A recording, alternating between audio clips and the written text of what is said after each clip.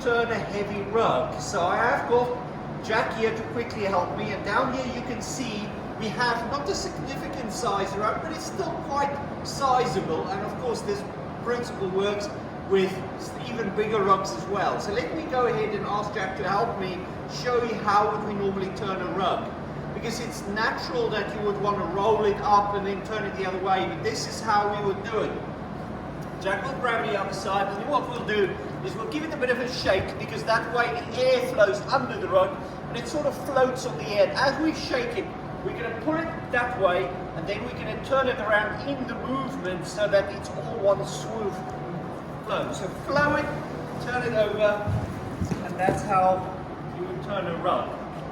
Really easily. So what you want to do is shake it so you get some air under it, pull it along on that cushion of air, and then flip it over and push it back down.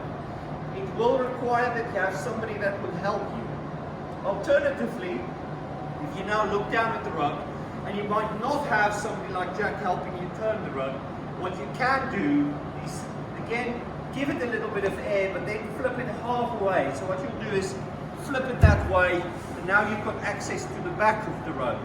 This is if you want to work on the back of the rug, and then what you'll do is flip it back forward, and then do the same on the other side. So this is to gain access to the back of the rug if you're all by yourself.